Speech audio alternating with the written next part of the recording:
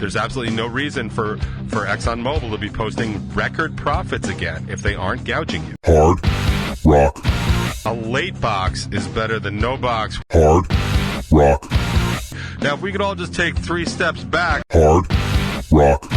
I think we need to really start shaming the dumb people again. Hard Rock. Amazon made $9 billion. You don't think they could just drop 1% off of every item? That would save me a lot of money. It would make my life a lot better. It would make inflation seem almost like there's not inflation. Hard Rock. Often I have an opinion about something. Hard Rock Lunchbox.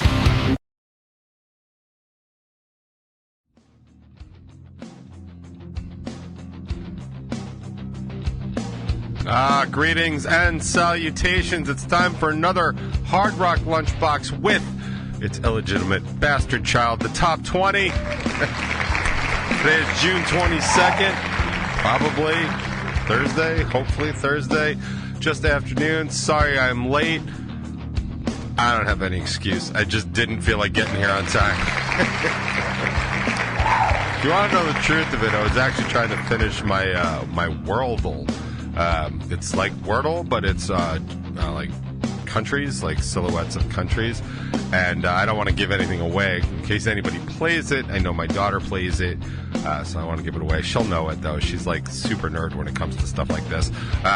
But it had one of the bonus things is like you just name the countries around it, which is effectively how I learned how to play this game.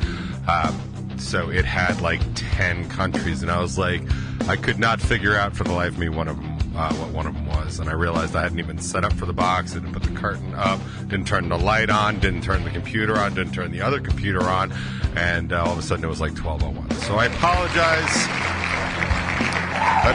for being late, but as we always say, a late box is better than no box whatsoever. I think that's probably true. It is good to be transmitting today. Thank you. Yes.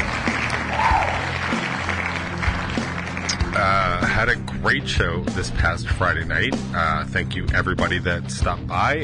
Mr. Beeries, to help us celebrate the start of summer. I think it was a great show. I thought it was better than the last show we did in December, but Tony says that there were probably more people at the December show, but I pointed out that most of the people in December were inside, and a good half of the people at Friday's show were outside because it was just unbelievably hot in the room, which was surprising. I figured it would just be better than that, but it wasn't. So there was.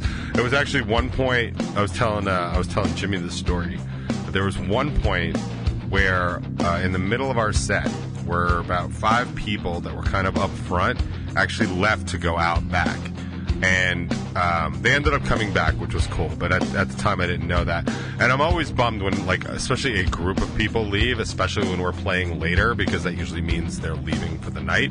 But like I said, they left and they came back, but as they left, I was like bummed. I was like, oh, that sucks. But like within like 90 seconds of them leaving, it was actually palpably cooler where I was up on stage, and I was like, well, this is working out for the better here. And as performers, like, we're constantly saying stuff like, hey man, everybody take like one big step, come towards the stage. And I was literally in my head being like, now if we could all just take 3 steps back, we could have enjoyed this show. It was a good show though. I don't like when people just bounce. I understand that it gets late, but I try and keep the shows like a decent hour. I mean, we were off stage by 12:30, 12:35, which is not really a late night in the vein of late night shows. I appreciate that people work on Fridays, so they're probably tired after. So I do get all that, but like that, it just always bothers me. It's going to continue to bother me, I would assume, for the rest of my life. But I've had to leave shows early too. But usually, if I'm leaving shows early, it's because I'm driving 4 hours. Or it's already 2:30 in the morning. Like, that's generally, I usually don't bounce, especially if it's a band that, I want to see or I like, which is how I translate that stuff in my head. Like, if you leave during my set, like, we're a band you don't want to see, and it sucks, man. I'm human. I'm not impervious to such feelings. So. But we can get to some housekeeping. I know it's upside down, but it's still housekeeping. Hopefully I'm reading the right one this week. I am. Look at that. There's a brand new top 20 out today. It's coffee, tequila, and whiskey. Oh, my. And it's basically talking about like my medical minute, how great it was to watch a soccer game that I had absolutely no investment in. That was just awesome. Things that shouldn't taste good. Right, we're talking about like that was when I was making fun of Gregory's and the probably super delicious new cold brew that they have with the maple syrup in it. I have not had it yet. It's not because I'm protesting at all. It's just because I just have not gone out for coffee. Like, just been super busy and more antisocial than normal, so I just haven't decided to go out, which I probably should. I might go out today, but it looks actually absolutely super gross, so I'm probably not going to do that either. So just another bunch of lies, courtesy of the top 20.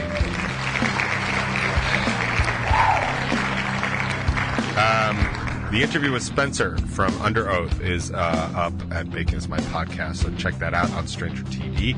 That came out on Monday. Their discussions and drinks, which I did not get to listen to yet. It's struggles of watching TV as a kid in the 80s and 90s, which I feel like is something I talk about all the time, at least to my kids, and trying to explain how things work. My kids don't even, like, understand, like, the concept of not being able to watch everything on demand. I mean, my oldest does.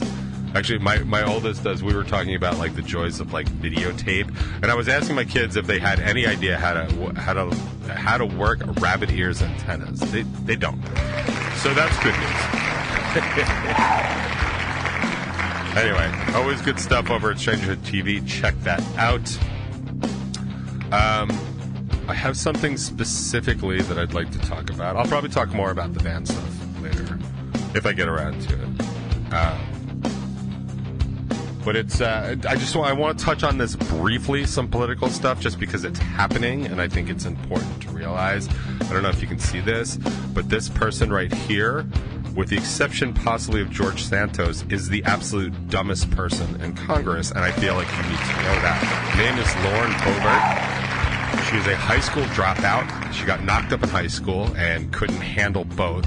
So she dropped out of high school and only actually went to get her GED right before she ran for Congress. Now, I generally don't slut shame, but I will when it comes to actually like derailing your education, because that's more important, I guess, than getting a basic foundational education. And I don't usually slam that either. A lot of people aren't cut out for education and the smarts, and that's fine too. Like, we really do need people to work in the mines. Like, that's fine. Like, that's really gonna be fine.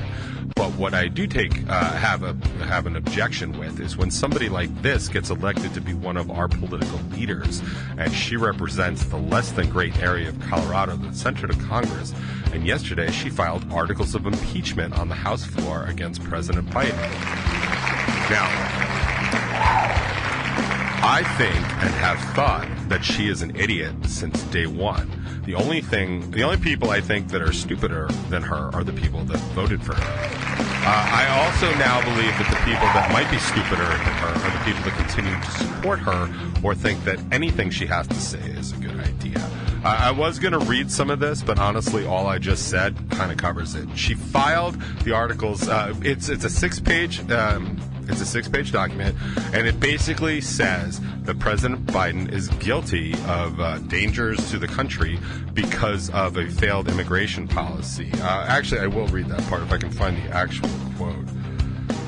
I'm bringing my articles of impeachment against Joe Biden to the House floor in a privileged motion, meaning that every member of Congress must vote on holding Joe Biden accountable. Okay, so it's a political stunt for sure. That's exactly what it is. Here it is.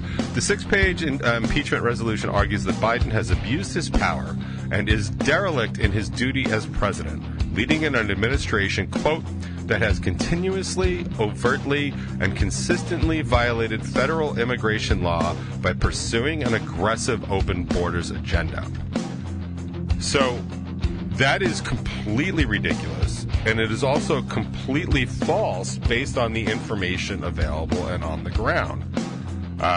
And it was actually really funny because the White House said extreme House Republicans are staging baseless political stunts that do nothing to help real people and only serve to get themselves attention, right? Because that's going to get money from her base because she's creating a spectacle, right? She's using our political system that we pay her for to make more money for herself by pulling a stunt. She's not doing any work for us at all. She's not doing any. She's not even offering up a solution on the border.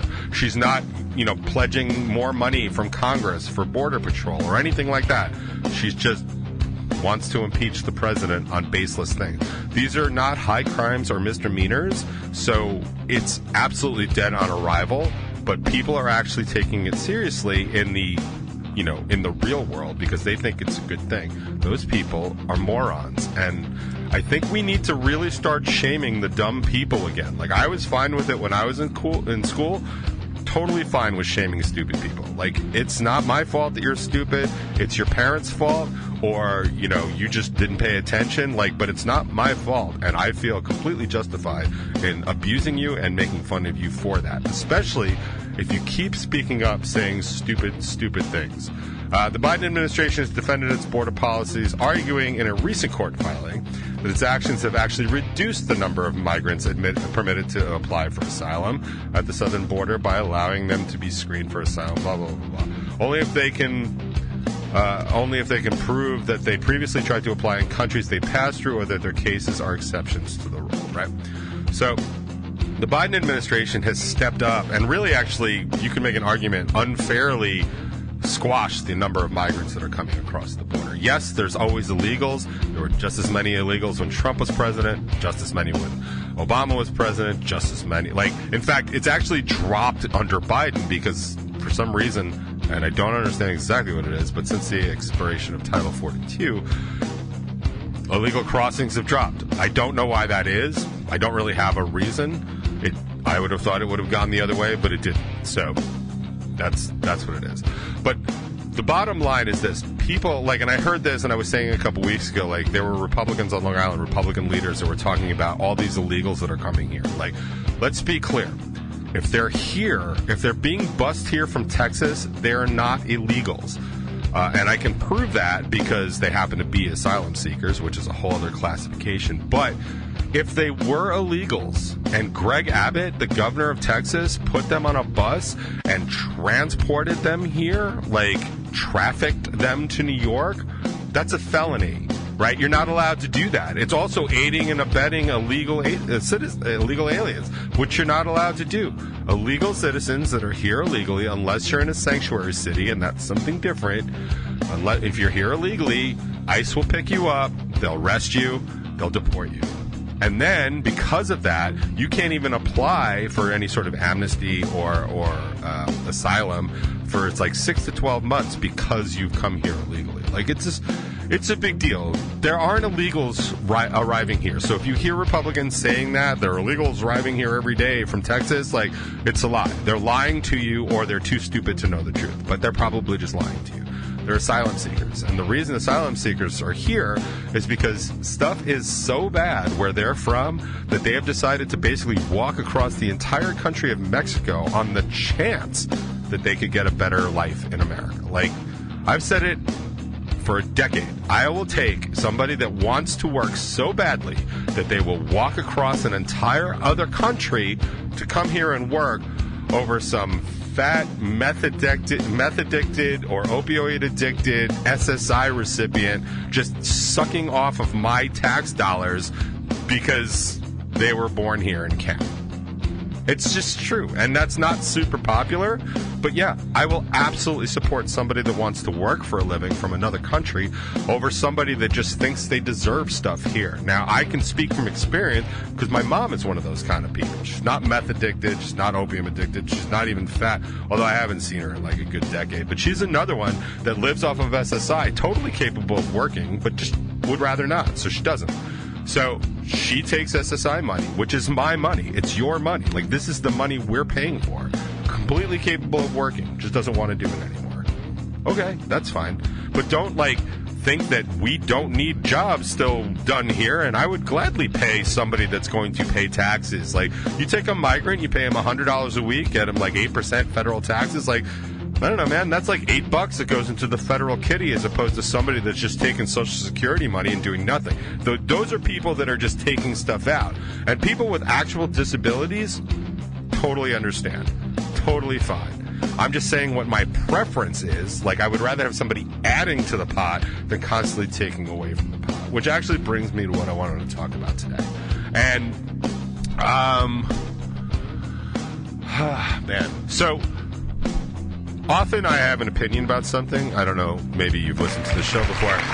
But I will say I feel like I'm, not like, Squirtle evolving into, Wartortle or Charmander into Charmeleon, but I feel like I'm evolving into some sort of new sort of political state.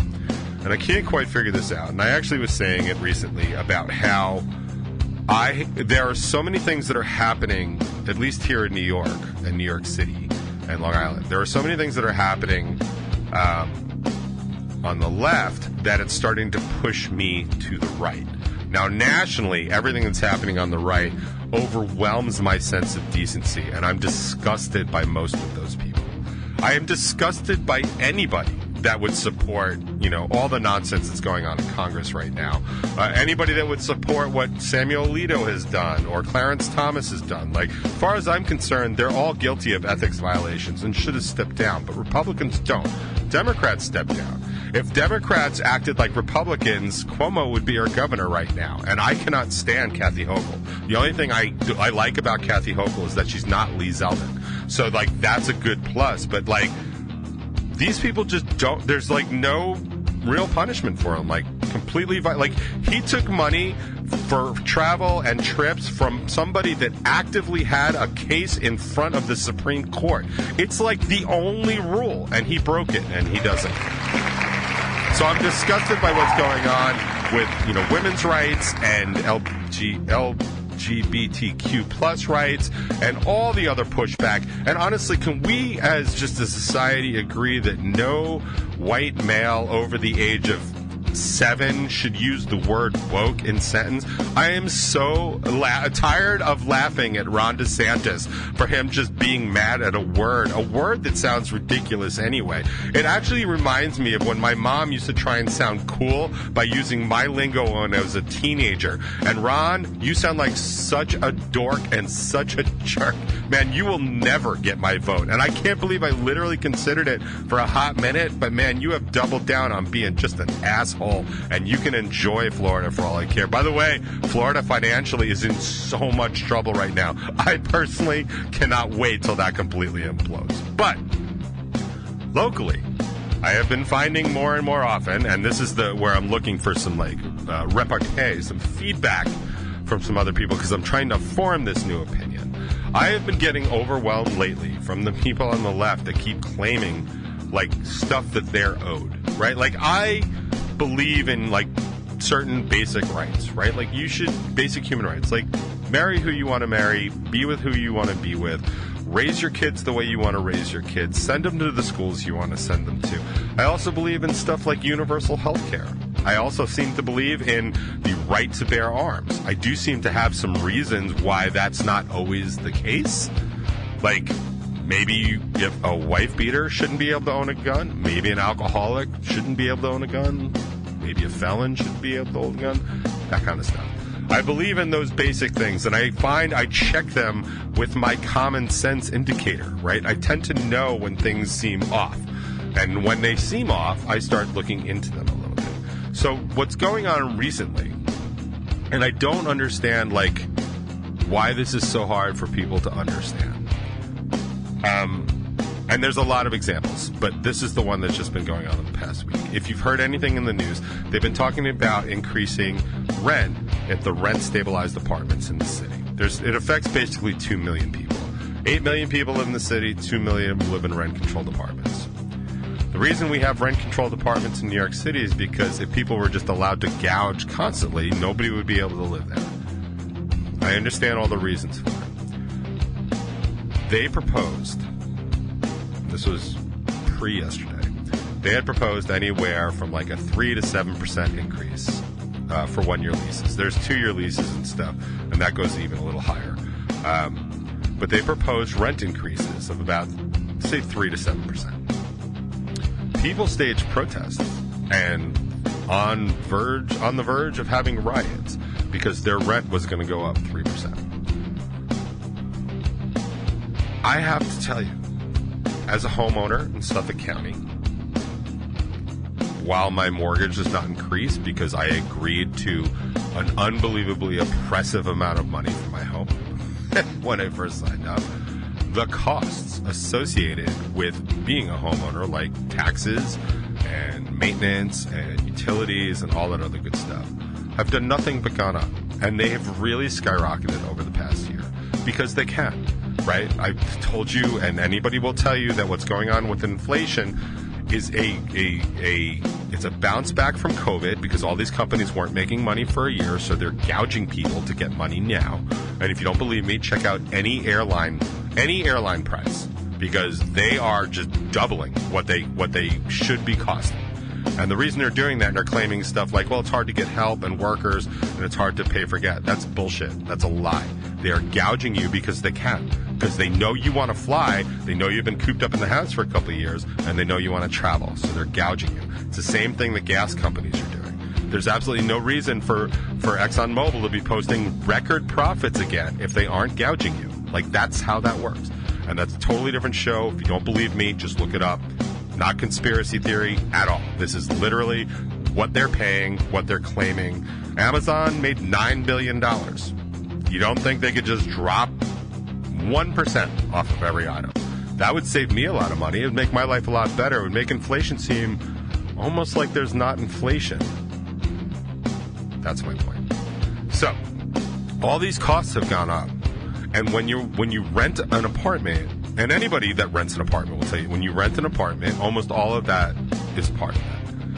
Which means the landlord is taking your rent and basically paying for the mortgage, homeowner's insurance, usually oil, depending on how you work. Some people have to pay for their own heat, some people have to pay for their own electric.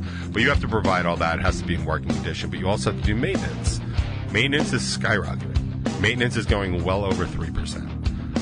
And I am in no way interested in dealing with like venture capitalists and how much money they're making, but I really don't think, and you can prove me wrong, and this is kind of the stuff that I would appreciate if people tell me, I really don't think that venture capitalists are investing in rent-controlled apartments unless they're trying to get rid of people and turn them into luxury apartments. There's just no money in it.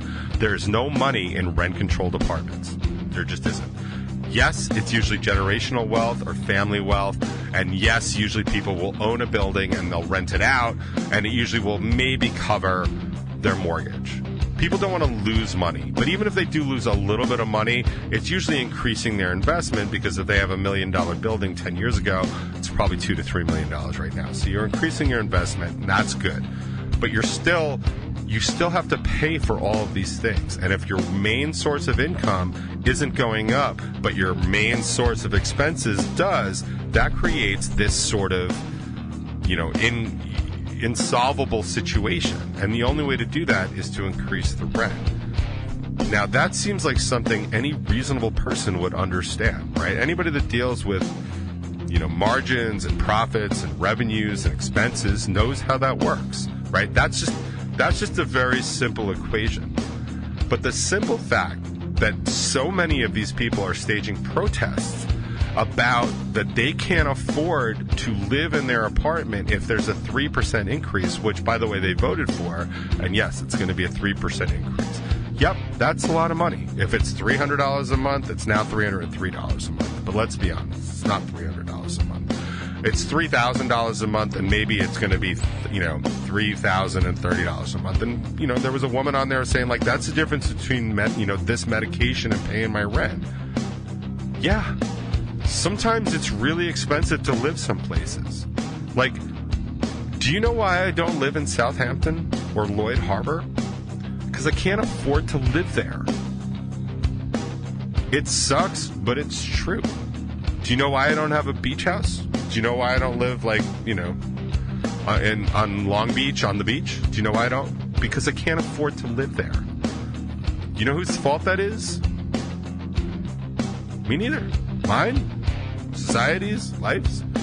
but no one is coming to bail me out. Nobody is coming to give me some sort of stabilized amount of money to go live on the water, because that's where I want to live. Maybe I want to live up at Eaton's Neck or Orient Point. It's beautiful out there. You want to give me some money to go live there? Do you want to give me a cool $22 million to live on Shelter Island? It looks beautiful there.